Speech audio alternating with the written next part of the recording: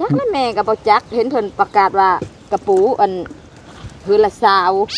บ่ให้ขาดกับพักที่ชมค่ะเออเพิ่นประกาศในบ้านเพิ่นประกาศเมื่อเช้านี้โดยเพิ่นให้ขุดผ้าป่ามาแต่เวียงจันทน์หั่นเด้บ่รู้มื้ออื่นอ๋อให้5กระปูโดย20ตัว20โตต่อ1ครอบครัวตอนนึงครอบครัวลงไปโฮมกันบ่ลงไปโฮมกันอยู่ในวัดพุแตกแต่นมาเอาสิกวานแล้วคำ300นี่ไล่เอารถบ่ก็ได้เล็กกับปูหั่นด้วยเอาใส่ยางว่าอยู่เอาหากกระตังห้างทอดให้เพิ่นกินกระตังห้างบ่โดยใช่จังว่าแต่เอาเนื้ออื่นบ่ได้บ่แม่บ่ได้อ่ะมันต้องเป็นกระปูสิบ่ทอดจะเป็นกินของฝากของต้นน่ะก็ใช้น้ำมันได้ด้วยแม่ก็บ่เคยเห็นได้ยินแต่อาเจ้าว้าวบ่ยันว่าแบบว่าเพิ่นมาแบบว่านี่แหละก็ยันว่ามีแนวอยากแนวกินต่างหากจริงๆนะบ่แลแกงอันนี้ได้เลยทอดตัวนี้ก่อนหยอเพิ่นหั่นระดับแรกหั่นได้โดยแม่นทอดกระปูนี้โดย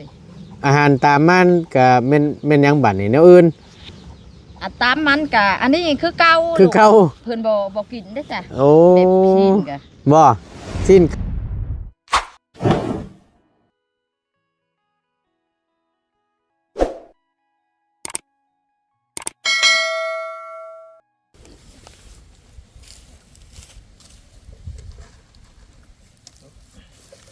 เกี่ยวจังคือคุมผม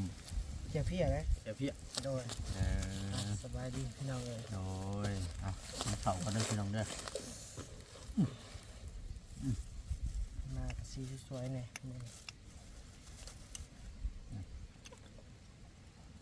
มือพักมันเหมือนเนาะโดยผมใครกินมั้งเนาะถึกเลยโอ้ยบดแซ่บด้วยบัดแซ่บคือเก่ากินร้ายเขาเราหย่ำกับแย่ๆเลยเนาะมาโบราณนะ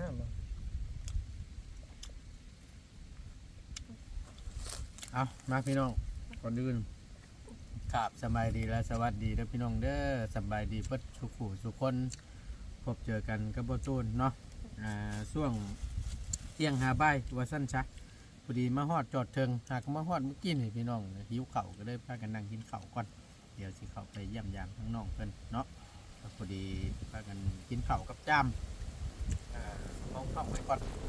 ไปเช้าคนละทางบ่ตูนจะได้เนาะหากก็ออกมาแต่อันนั้นเมื่อเช้านี่อันลงไปจดอันนั้นใบสมนูหรือว่าเป็นทางเมืองเป็นลงมาหรือว่าถามว่าญาติพี่น้องหรือว่าชื่อนู่นนี่นั่นอะไรเนาะง่ายๆก็ได้เนาะเมื่อเช้าเอาประชุมแต่บัดนี้ตั้งบ่ตวนก็เลยบ่ได้เข้าไปต้อนรับทางพ่ออัมพรกับแม่ติ๊กพอดีทางพ่อกับแม่เราได้เข้าไปเยี่ยมเข้าไปดินน้ำน้องบิวตี้หรือว่าไปเยี่ยมยามทางตัวแม่น้ำเน่เนาะเกินบ่เตียงเมื่อเช้านี่ก็ได้ขอโทษขออภัยได้ทางพ่อกับแม่เนาะเพราะว่าทั้งบ่ตูนก็ได้ร่วมกับทางพ่อกับแม่เพิ่นอยู่พี่น้องนั่นพอดีมันบ่ว่างเพราะมันบ่มีไผก็เลยอยู่ทางนี่ก่อนนะก็เลยบ่ได้เข้าไปแต่ก็ได้บอกกับพ่อกับแม่เราได้ล่ะเพราะว่าบอกว่าทางพ่อกับแม่แล้วก็บ่เป็นหยังเด้อว่าซั่นเอาเนาะพอดีทั้งบ่ตูนก็ได้ล้มกับบ่เตียงโยเมื่อคืนนี้ก็ได้บอกไปกล่าวอะไรพี่น้องๆการแจ้งเบิดทุกคนนะแต่ว่าพุ่นแหละแล้วเวียกทำงานมื้อแรงพี่น้องเอ้ยเห็นทางพ่อเราก็ได้นัดเขาสัตว์เรียกเขากับทีมงานว่าสัตว์ได้มามีโอกาสว่าสัตว์ก็จะแจ้งเข้าไปในกลุ่มมาแล้วล่ะพี่น้องเลยบอกหมู่ปูช่วงแรงๆในพี่น้องเด้อเนาะพอดีออกมากก็ช่วยแล้วล่ะก็เลยมาเวียกเลยทางบ่ตูนก็ได้เพราะว่าเช้านี่ติดเนาะบ่เป็นยังพี่น้องเลยมีตั้งพ่อเราแชทไปหาโยบ่ตูนบ่ฮู้ว่าตั้งฟอร์มพรกับแม่ติ๊กมาว่าซั่นครับบอกเราไปโยพี่น้องเอ้ยครับ ษขออภัยหลายๆที่บ่ได้พาเข้าไปนั่นแหละเนาะ โดย เปียกทางประตูนก็ได้เป็นมาลงไปเคยแต่เข้าไปสัมภาษณ์เพิ่น มามีเพิ่นสัมภาษณ์เฮา เพิ่ บั น ด สัมภาษณ์เฮาบาด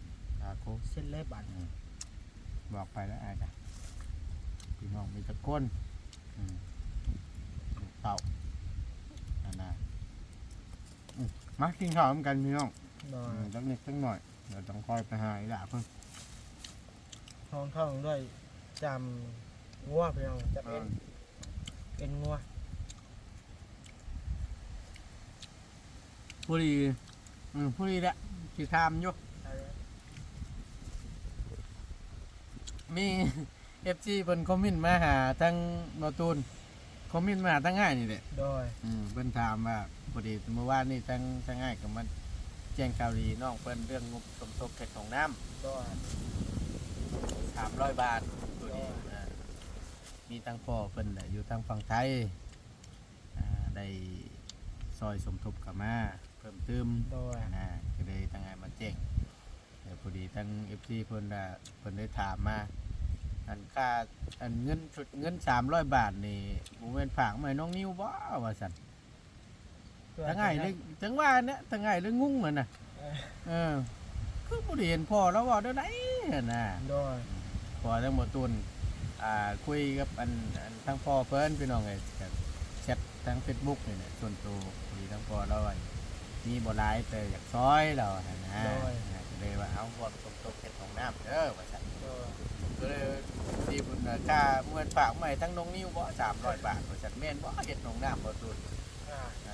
ก็เลยว่าจังงงกันนะแม่นบ่ทั้งพ่อแล้วคือบ่ได้บอกนะว่าให้น้องนิ้วอะนะ จะเข้างั้นจะบอกกันนั่นบ่ แม่นเพิ่นบ่ได้เอ่ยว่าให้ฝากให้น้องนะ โดย คำว่าบอกว่าฝากให้ทั้งน้องนิ้วเด้อก็บ่ยากแกทั้งบ่ตูนก็ได้ ก็ได้ว่างงกันนะ โดย ไอ้เนาะว่าเอานี่แหละพี่น้องก็ณตอนนี้ก็รวบรวมเฮ็ดของน้ำว่าซั่นซะ โดย ให้กับน้องเพิ่นอย่างทางน้องนิวก็ได้ซื้อพอมีซื้ออย่างมาแล้ว โดย เมื่อวานนี้ก็ได้กับเกียมมาได้ในส่วนใดก็เอาส่วนนั้นแหละมาก่อนก็คือทั้งง่ายบอกอันนี้น้ำไม้อยู่ในน้ำไม้นี่ไล่เอาง่ายๆตัวเลขกลมๆกับ1,300นะตอนนี้บ่ฮู้ว่าสิได้ยังไงละถ้าน้องมีในส่วนใดก็จัดแจงมาดูเด้อ โดย เพราะว่าทางง่ายมันก็บ่ได้หลาย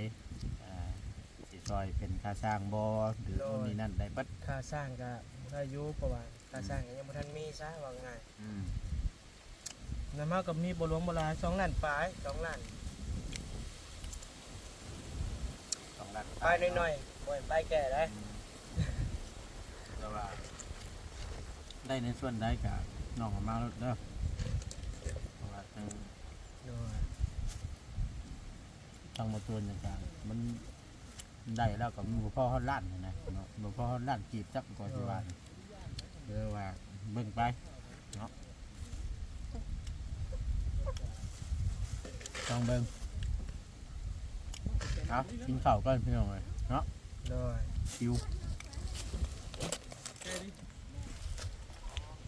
พี่น้องมากินข้าวอิ่มแล้วแต่หมดตุนก็ได้ไม่ยั้งนี่แม่ เอากระปูสิเมื่ออันเด้เมื่อผักบุญผักป่าได้บ่ลูก เม่นบ่นี่น่ะ เม่นนั่นแหละนี่ ทั้งกบบ่แม่นทั้งกระปูทั้งเขียดเนาะ เขียดนำบ้ามือลูกเอ้ยเอาแต่อันนี้ก็มือ เอาแต่กระปูเมื่อบ่ เด้อ โอ้มาแต่คุดบ่ มาตะคุดอันนี้จักตัวเอ้ยตรงเมง เนี่ยพี่น้องมีตัวงามเขียดตะมูกก็ได้โอ้ยห้องคักแทะกระปูนี่บ่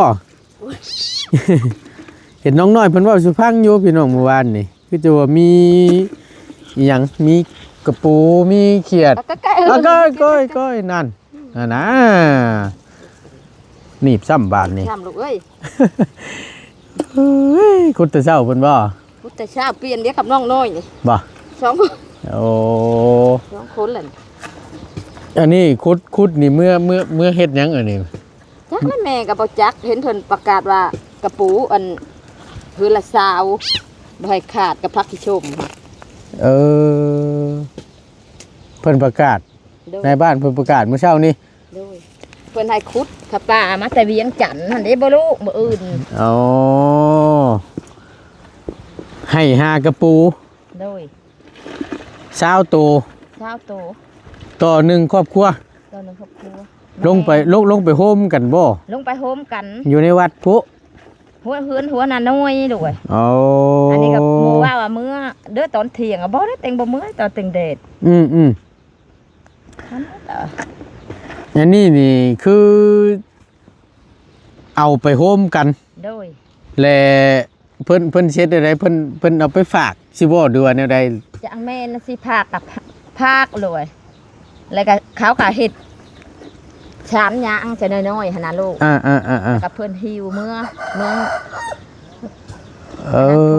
อเฮาบ่ หิวเมื่อเวียงลูก บ่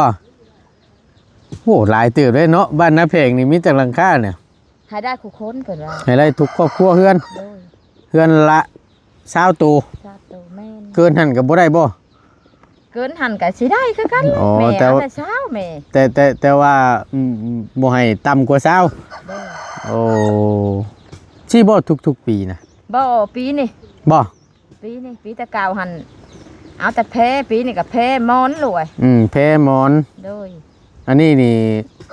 ถือว่าเป็นปีแรกบ่นี่นะที่มีกระปูนี่ ปีที่สาม ปีที่3 โดย อ๋อ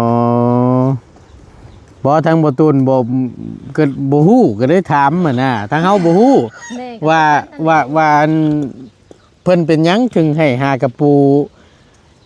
ไว้ให้เฮือนละ20ตัวอะนะ โดย หรือว่า แม่ว่าเพิ่นว่าหรือว่าเพิ่นสิทอดบ่แม่ก็บ่ฮู้จัก อืมแล้วงี้แต่พอบ้านเว้า เออ ว่าบ่ให้ขาดเฮือนเช้าเด้อว่า เนาะสร้างว่าแต่บ้านนี่ทอดกระปู โอ้ ไว้กินนี่บ่ย่อแขกคนเพิ่นลงไปร่วมงานบุญนี่บ่ โดย โอ้ พวกมาแต่เวียงหั่นน่ะลูก เออข้างในลิซ่านี่กับข้าวว่าซั่นช้าแม่นบ่ กับข้าว กับข้าวไว้เฮ็ดอยู่เฮ็ดกิน โดย แขกคนเพิ่นลงไปร่วมการร่วมงานสิบ่ แม่น ต้อนรับทั้งพี่น้องเพิ่นมาทั้งเวียงเพิ่นเอาปลามาทอดบ่ โดย เอาฮะ บ่เที่ยว จังว่าแล้วเพิ่นสิไปเฮ็ดเองอยู่ในวัดในว่าพุ่นใด บ่เที่ยว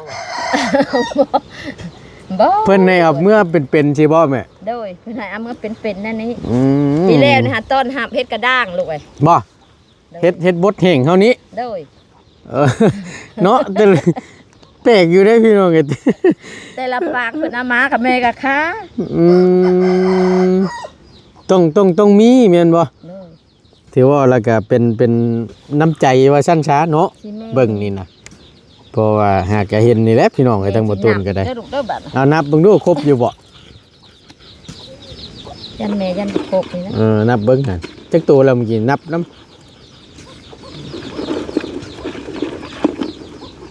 โอ้ 6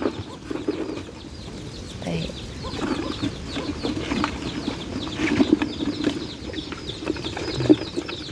เดี๋ยวใกล้ๆเลยใกล้ๆเลย นั่นระวังนะ ใกล้ๆ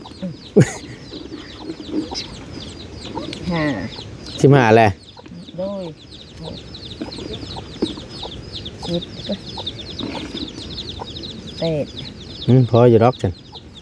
เก้าเอ็ด พอดีเลยบ่21ตัว เก้าเอ็ดตัว ลื่นน้ำตัวหนึง ลื่นตัวหนึงลูก โอ้ เอ้ย ยเนาะเฉียดชิวเลยน่ะ ทางน้องน้อยเพิ่นไปขุดได้อีกตัวก็ น้องน้อยได้สิบ แสดงว่าทางแม่นี่ไปขุดได้11ตัวนี่ เลย เพราะว่ามันทั้งเบิด21ตัวเนาะ เลย เขียดน้ำเนพี่น้องเอ้ยขุด น้ำใน ขุดนั่นกบนั่นขุดกระปูได้เขียดน้ำบ่ เลย มีตัวใหญ่พี่น้องเอ้ยนี่ มันเต้นลงพร้อมได้ บ่ ดวงน้องน้อยแน่ดวงแม่แน่แม่ได้สี่ เออ ข้างนี้ดีจ้ะนี่มึงนี่ทางจุ๊ เอ้ามาให้บ่าวหญ้าปิ้งเด้ บ่ เลย เขียดตัวนี้บ่ ให้ลูกปิ้ง โอ้คักแล้วฉันพี่น้องเอ้ยเนาะบ่ยาวเอ้ยทั้งตู้เมเราเขียดตัวนี้เนี่ยแล้วสิว่าให้เจ้าปิ้งเราป่ะ โอ้คักแล้ว เออ มันอยู่เด้เนาะ ว่าจะกินแกงหอยแม่ไปช่วยคอยก็บอกไปเลยพูด เออ แกงหอยเท่โหระพา เอาโก้ยคักแล้วฉันเนาะอ๋อแต่ว่าบ่ง่ายๆทางอันในบ้านเพิ่นได้ประกาศให้ครับผู้ โดย ว่ามื้ออื่นนี่เพิ่นสิเดินทางมาฮอดเพิ่นสิมาทอดอยู่นี้อยู่ในบ้านนี้ แม่น ทอดป้าๆเนาะแต่วันนี้เดี๋ยวเพิ่นได้จัดจะให้อันประกาศลูกบ้านว่าให้เตรียมเนื้ออยากนึกกินว่าซั่นซะ เตรียมแม่กะเมื่อหมอได้เช้านี่ อืม เทหมอนเงิน โดยก็เกียมไว้ เตรียมไว้ โอ้ถือว่า แม่ละบ่ได้ชักกระปูหาหมูเลยได้แม่ อ่า แม่ละบอกน้องน้อยคุดร้านกับบ่แล้วแม่ก็หาบ่ว่างว่ะ อ่า เพราะว่าไปบ่ได้ดอกว่ะ โอ้ยมาก็ได้ยินแต่เพิ่นเว้าสู่ฟังอยู่ดอก แต่ก็ทำได้ละ เออ แล้วก็เลยอันคำว่าตะเว้นผู้ก็ใครอยู่บ่สิได้อันไปขุดช่วงกลางเว้นแน่สิไปคนช่อยอยู่ดอกเลิกเติบเด้กระปูนี่ก็ แล้ ได้ วบ่เลิกกันจนขี้ดินทั่วหัวแม่นะ ขุดตามแม่นานี่บ่ ตามน้องแม่นะ แคมหนองแคมหยังน้ำได้เขียดนำนะพี่น้องแล้วก็ได้มีโตมงามน่ะไว้ให้บ่ยาวปิ้งว่าซั่นผู้ดีแล้วเนาะบ่ยาว แต่ว่าบัดนี้เข้าเจ้าสิเข้าไปอีกรอบนึงนี่เอากระปูเข้าไปให้เพิ่นบ่บัดนี้น่ะ บ่มาแรงพ่อแม่สิมาส่ง อื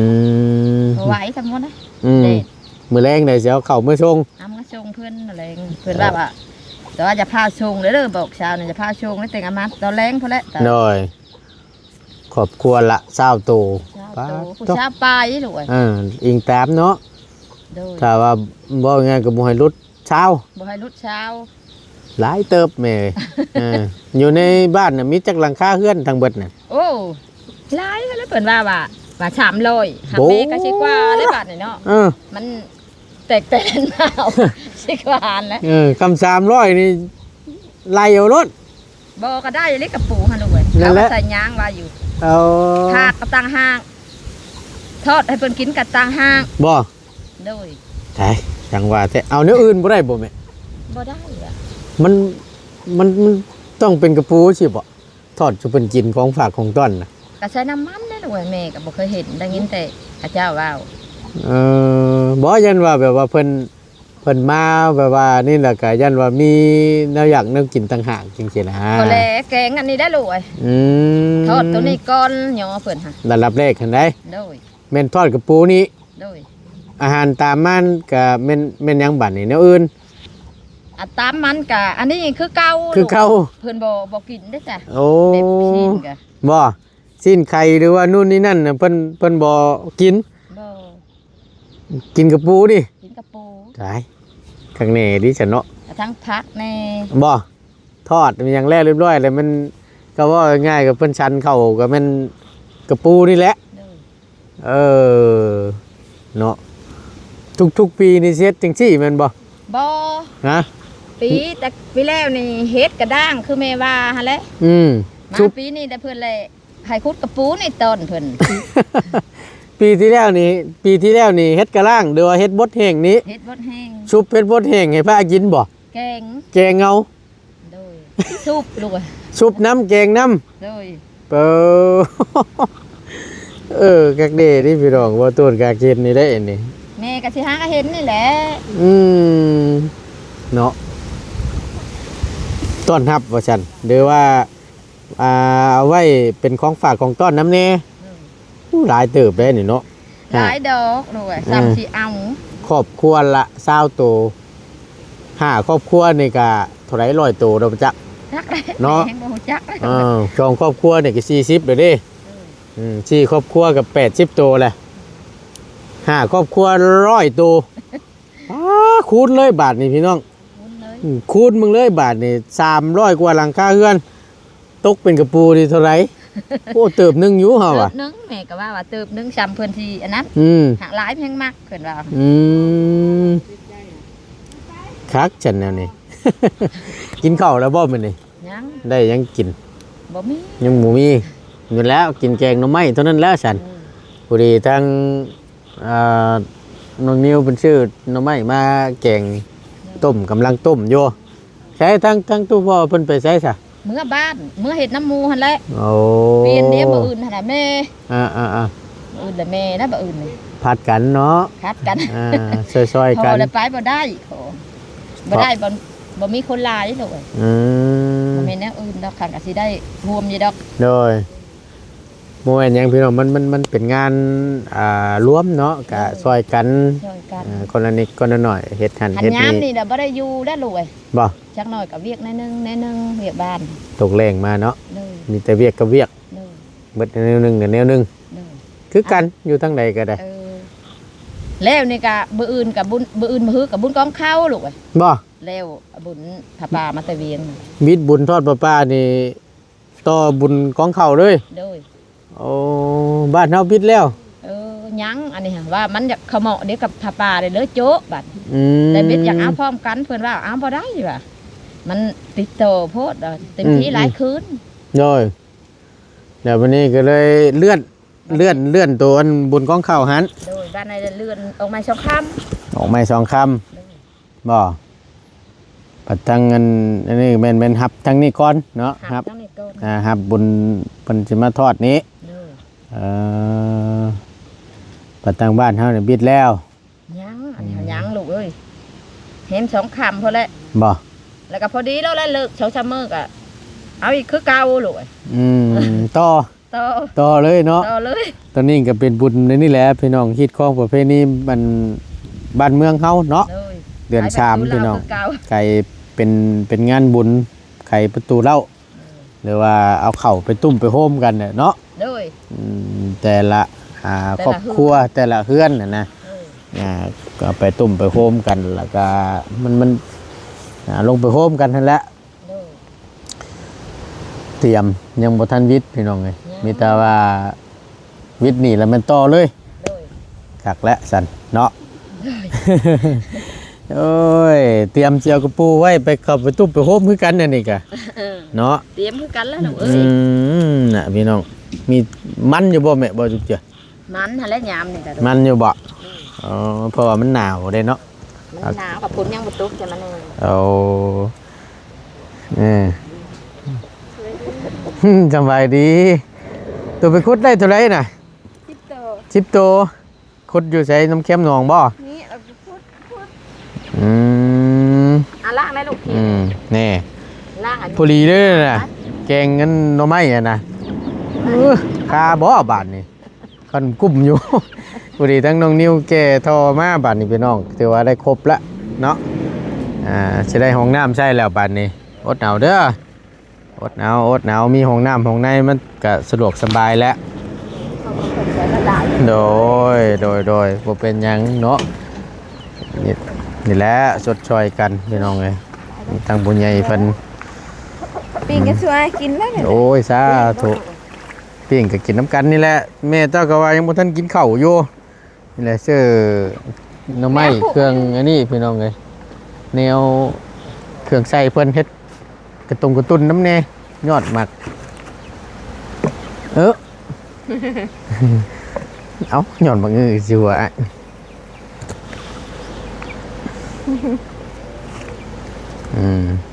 โอ้กำลังต้มอยู่ค่อนกลุ่มอยู่น้ำหนึ่งนี่ก็ได้แล้วเนาะ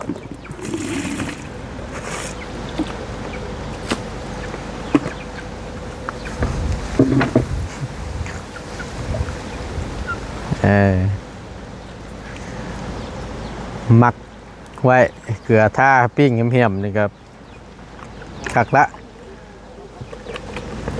เฮ็ดได้วิธีเพิ่นน่ะเฮ็ดได้วิธีอันขาเขียดตีเลยว่าได้ไก่เนาะ ฉันก็เอาเขียดแล้วคุณใส่ ฮะ เอา เกลือบ่ เกลือเลย ตัวใหญ่ได้พี่น้องมึงนี่ตัวไปคุดเมื่อเช้านี้ไล่จะบ่เขียดกันได้ เขียดห้าไปขุดมือเช้านี่ได้นี่ ว่า แม่น โอ้นี่ตัวงามเนาะเอามีแต่ว่าจัดแจงรถเนาะเอาเกลือมาโหยปิ้งเมี่ยมคักจักบาทระหว่างรอมีแต่ไม่ปิ้งเขาหนีบแล้วก็ย่างทั้งข้างมันได้หลายมีปิ้งหนีบย่างข้างๆมันเนี่ยพอมันก็มีทานอยู่นะเนาะตีนคือสีดำๆวะ สีดำก็แนวมันเดี๋ยวเนาะให้ได้สันย่างตามขี่ พุ่นขี้ดินอยู่บ้านเฮาก็ธรรมดาแหละก็มีอันนั้นน้ำแน่พี่น้องก็ลงกระลูกน้ำเนาะโอ้ยอย่านางพักกันเองนี่เป็นกำอยู่คนขายอยู่วังบ้านหน้านะอันนี้พักยังเฉย ไข่ส้ม ไผชมไผชมรังคมนี่บ่อันนี้บ่เตรียมเมื่อน่ะอ๋อกะเกียมไว้กับปูไผชมรังคมว่าซั่นต้องให้ไล่ว่าซั่นเนาะนี่เอาเดี๋ยวไปเบิ่งก่อนพี่น้องเนาะถือว่าไล่มาครบละในส่วนตัวท่อนี้ส่วนตัวท่อนี้เห็นเอาซี่น้องนิ้วล่ะซื้อมาพอดีทั้งประตูนก็คือว่าหั่นแหละพี่น้องงบอยู่ในประตูนนี่มีอยู่1,300เนาะแลกเป็นกีบกับบ่ว่าสิได้เท่าไหร่และอิงตามเด็ดเงินแต่ละมื้อเนาะมันขึ้นมันลงมันบ่อยู่คงที่นะพี่น้องเอาเพราะว่าทางประตูนนี่ก็ได้เบิดชมทบในส่วนใดได้เบิดพี่น้องเบิ่งก่อนเนาะแต่ว่าค่าสร้างก็ยังบ่มีเห็นแหละคือว่านั่นแหละหลายสิ่งหลายอย่างอยู่พวกเฮพวกทรายพวกบล็อกพวกปูนยังขาดหลายอยู่เนาะสิได้ละบ่นี่หรือว่าแนวใดตกแต่งนิดๆหน่อยๆนี่แม่นเอาลงได้ละถ้าว่าจงก็แม่นประมาณนี้นะพี่น้องให้ปากท่อตัวนี้พ่นขึ้นมาประมาณนี้บ่ให้มันลุบมันนะเลยหน้าดินขึ้นมาว่าซั่นซะประมาณนี้แล้วนี่สมมติว่าดินเนี่ยคือมือประตูดินให้มันโผล่ขึ้นมาประมาณนี้พอดีงามเนาะนี่ก็4ท่อนนี่ก็โอเคละเพราะว่ามันก็เป็นระบบดูดซึมเลยพี่น้องเพราะว่าเขาบริเทพื้นเทอย่างมันบริเทพื้นตัวอันนี้คำว่าเทพื้นเขาได้ดูดแต่ว่าอันนี้นั่นเต็มอยู่หรอกเพราะมันกับส่วนได้ก็มูได้คนบ่หลายก็สิว่ามันซึมลงไปนี่เต็มก็หลุดลงไปใส่พุ่นใหญ่ลงไปพุ่นละตรงให้ตรงหน้าพุ่นละเป็นอันนั้นเป็น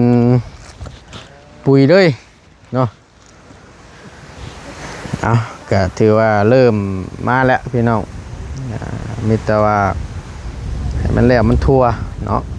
ได้สำนี้ก็ดีอกดีใจนำทั้งบ่ตูนก็ได้ขอบบุญขอบคุณผู้ใหญ่ใจดีบัดทุกท่านที่มีน้ำใจใส่ศรัทธาร่วมสมทบซอยกันเนาะเฮ็ดห้องน้ำให้กับทางครอบครัวของน้องน้อยเพิ่น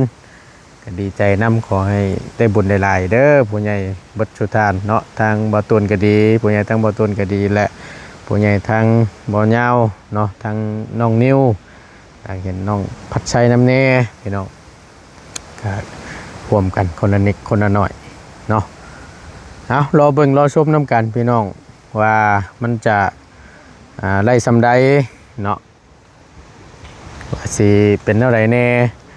แล้วก็เบิ่งชมน้ำกันอีกในตอนต่อไปรวบรวมเบิ่งเนาะสำหรับคลิปนี้บ่ตูนล้ำแล้วอยู่ดีมีแฮงพี่น้องขอบบุญขอบคุณหลายๆเด้อพี่น้องเด้อที่ยังบ่ปะบ่ทิ่มทั้งบ่ตูนเนาะเบิ่งคลิปให้โดยบ่ข้ามโฆษณาสิ่งที่สำคัญเนาะซัพพอร์ตทั้งบ่ตูนโดยตลอดมาเนาะอยู่ดีมีแฮงพี่น้องพบเจอกันคลิปหน้าสำหรับคลิปนี้บ่ตูนลาแล้วเด้อพี่น้องเด้อสบายดีเด้อ